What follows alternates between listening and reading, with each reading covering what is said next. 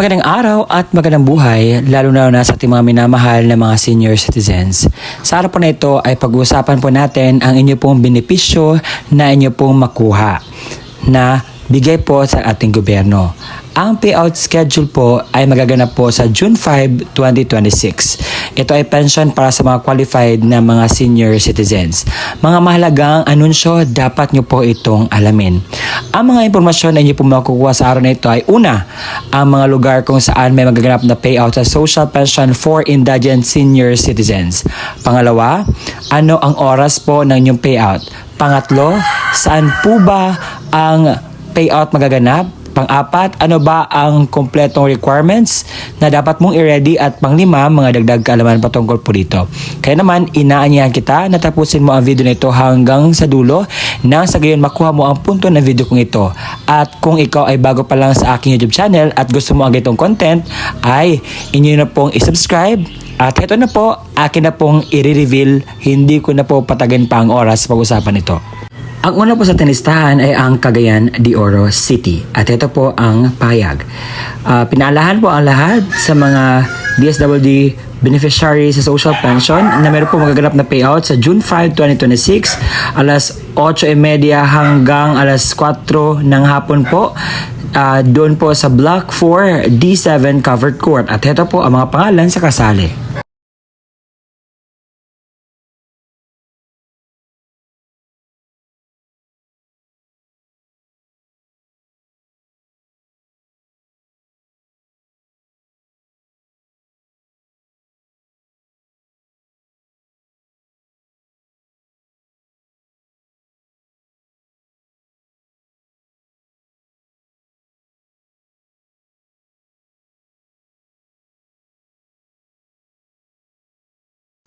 Sa Barangay San Pablo Covered Court, Simangan beside Catholic Church ay meron po magaganap na social pension payout sa June 5, 2026 alas 8 po ng umaga sisimula po ang inyo pong payout. Sa Bugo, Cagayan de Oro City pa rin ay meron pong magaganap na payout sa June 5, 2026 alas 8:30 hanggang alas 4 po ng hapon ang inyo pong payout magaganap. At ito po ang mga listahan sa kasali po na kukuha ng pensyon.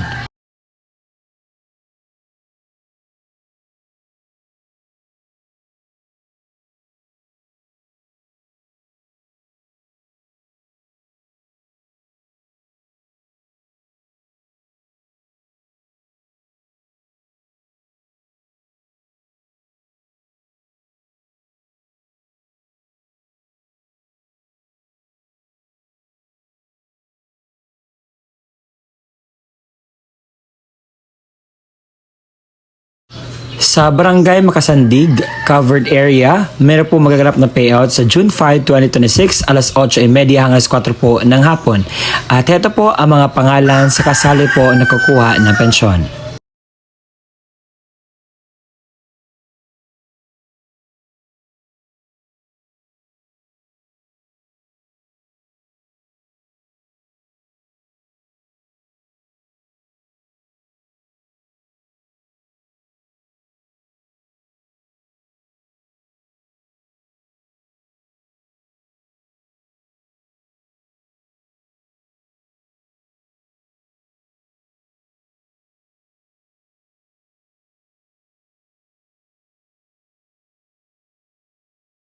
Sa Cordova, Cebu ay meron po magaganap na payout sa June 5, 2026 sa morning at afternoon. Ito po ang mga dapat ninyong malaman ng mga barangay. Sa Barangay Alegria, sa Alegria Gymnasium. Barangay Buagsong, sa Buagsong Gymnasium. Barangay Gabi, sa Gabi Gymnasium. Barangay Kugon, sa Kugon New Gymnasium. Barangay Katarman, sa Katarman Barangay Hall Old. Barangay Poblasyon, sa Camunilas Gym. Sa hapon naman, magsimula po ang inyong payout sa alauna, sa Barangay Bangbang, sa Bangbang Old Gym. Barangay Dayas, sa Dayas Gym. Barangay San Miguel Gym, Barangay Pilipog sa Pilipog Gym, Barangay Dapitan Gym, Barangay Ibabaw sa Ibabaw Tumoy Gymnasium po ang inyo pong payout magaganap. Ngayon po ay pag-usapan natin ang payout sa Ilocos Sur dahil marami po ang mga barangay na aking i-mention ngayon na magkaroon po ng payout sa social pension for indigent senior citizens. Ito, sa Barangay Nagimba na may 113 pensioners, Barangay Lintek na may 122 pensioners, Barangay Lopez na may 51 pensioners, alas 10 po ang inyong payout. Sa Barangay Elefante na may 52 pensioners, alas 10 median payout. Sa Barangay Bisangol na may 23 pensioners, alas 11 ang payout. Sa Barangay Bagbagutot na may 56 pensioners, Barangay Banaal na may 82 pensioners, Barangay Guardia na may 59 pensioners, alauna ng hapon ang inyo pong payout. Sa Barangay Gadanglaan na may 38 pensioners, Barangay Montero na may 17 pensioners, alauna imedya ang payout. Sa Barangay Kasilagan Norte na may 71 pensioners, alas 2 ang payout.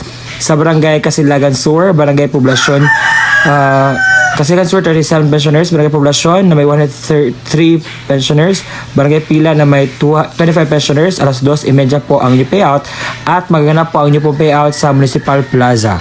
Ngayon naman ay pupunta tayo sa Barangay Kadauhan dahil meron po magaganap na payout sa June 5, 2026 sa Simangan San Pablo Covered Court po magaganap at heto po ang mga listahan na mga tao na kukuha ng pensyon.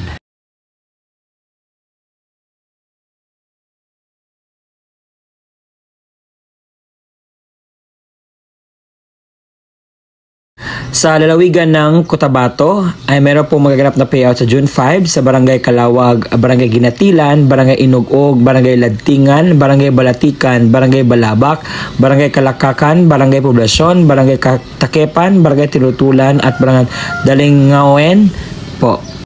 Ngayon naman ay sa Barangay San Jose, Ormoc City dahil meron pong magaganap na payout sa June 5, 2026. Morning po ang inyong payout.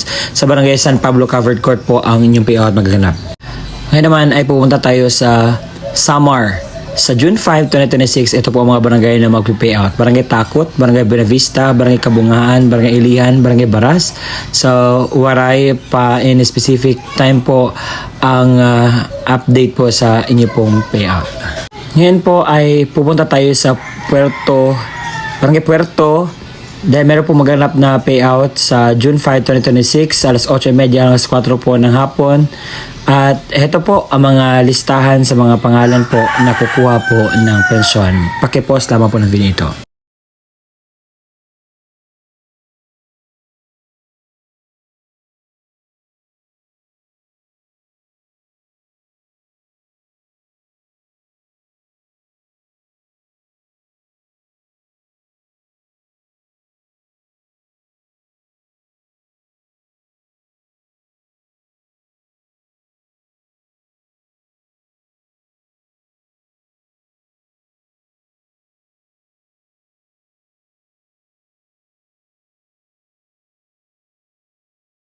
At iyon po ang mga lugar kung saan may magaganap na payout o bigayan ng pensyon para sa ating mga minamahal na kwalipikadong senior citizens.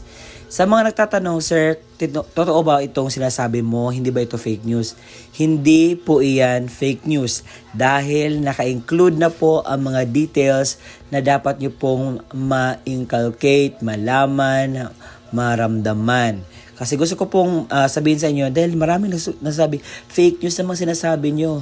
Hindi po ito fake news. Ito ay batas po ang Social Pension for Indigent Senior Citizens.